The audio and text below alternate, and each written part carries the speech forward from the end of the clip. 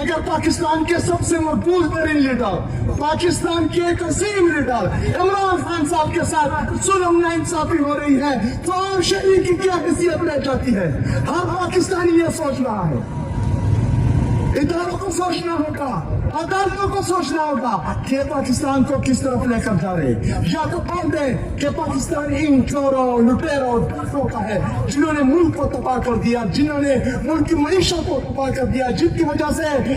ہمارا نوجوان بے روزگار ہے، جس کی وجہ سے کسان خودکشی کر رہا ہے، جس کی وجہ سے نوجوان ملکوں کا پاٹ جا رہا ہے، جس کی وجہ سے ہمارا انڈسٹریلسٹ ملک سے پیسہ لے کر باہر جا رہا ہے۔ آپ نے ان کو بچانا ہے یا پاکستان اور پاکستانی عوام کو بچانا ہے؟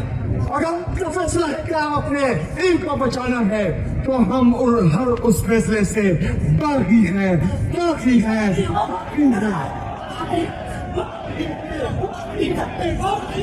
میرے پاکستانیوں، یہ موجودہ جاری حکومت یہ پاکستان پر بوجھ بن گئی ہے، یہ ان کے لانے والے پر بھی بوجھ بن گئی ہے۔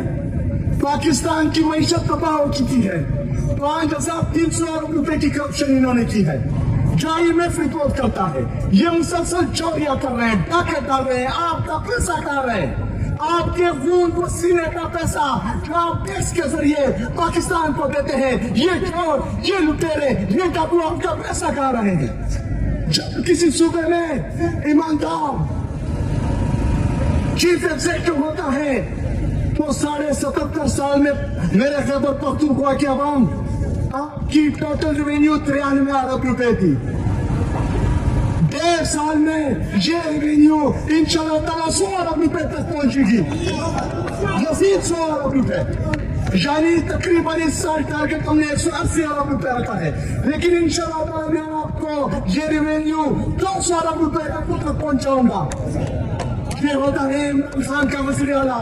یہ ہوتا ہے جو ایماندار ہوتا ہے، یہ ہوتا ہے جو عوام کا سوچتا ہے۔ ایسا نہیں کہ 5300 ارب روپے کی کرپشن کرو، ٹیکس کلیکشن 1200 ارب روپے کم کرو اور عوام پر جو ہے ٹیکسز لگاؤ، پیٹرول مہنگا کرو، ڈیزل مہنگا کرو، کوئی اور پالیسی ان کے پاس نہیں ہے۔ میرے پاکستانیوں، اگر آپ نے یہ ملک سنبھالنا ہے، خاص کر میرے نوجوانوں، یہ ملک آپ کا ہے، آپ نے اس ملک کے فیصلے کرنے ہیں، آپ پاکستان کا مستقبل ہو، آپ نے اپنے لیے کھڑا ہونا ہے، آپ نے اپنے لیڈر کے لیے کھڑا ہونا ہے، آپ نے اپنے بچوں کے لیے کھڑا ہونا ہے، اپنے بچوں کی بہترین مستقبل کے لیے کھڑا ہونا ہے۔ انہوں نے فیصلہ کیا کہ عمران خان صاحب کا علاج ہو، اس جاری حکومت نے اور انتظامیہ نے علاج نہیں ہونے دیا۔ وہ بندہ جو رو رو کر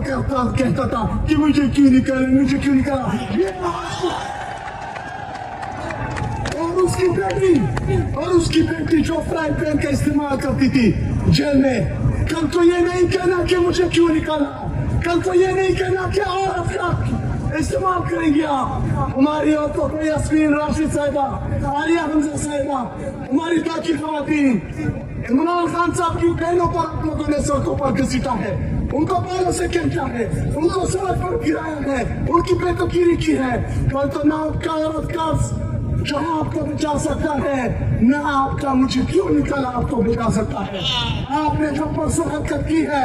اس سے ہمارے دل زخمی ہوئے ہیں۔ عمران خان صاحب سے ہم عشق کرتے ہیں، عشق کی جنون کی حد تک عشق کرتے ہیں۔ آپ لوگوں نے پرسوں عمران خان صاحب کے ساتھ کیا ہے، ہمارا دل زخمی ہے۔ ان کی بہن کا ایک ایک آنسو ہمارے لیے ہم پر قرض ہے، اس کے ساتھ ہمارا دل زخمی ہوا ہے۔ انشاءاللہ تعالیٰ اسے ایک ایک آنسو کی قیمت آپ چکائیں گے، اسے ایک ایک دن کی آپ قیمت چکائیں گے جو عمران خان صاحب جیل میں پڑا ہے۔